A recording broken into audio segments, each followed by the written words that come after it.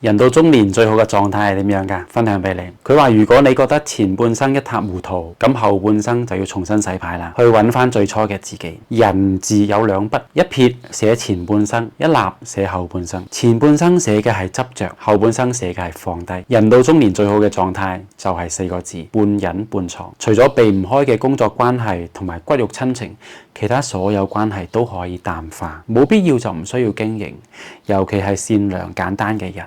唔好強求人際技巧。如果你冇圓滑機智嘅天分，就唔好靠近嗰啲複雜嘅關係。來來去去都只會令到你消耗自己嘅精力同埋元氣。連一代才女都曾經講過，最終都唔係嗰種八面玲瓏嘅女子，更何況我哋普通人呢？所以人生下半場，俾嘅係健康，唔係金錢；拼嘅係心態，唔係慾望。人嘅前半生太多嘅唔明，咁後半生就唔使太明啦。生活俾你乜嘢，你就迎接。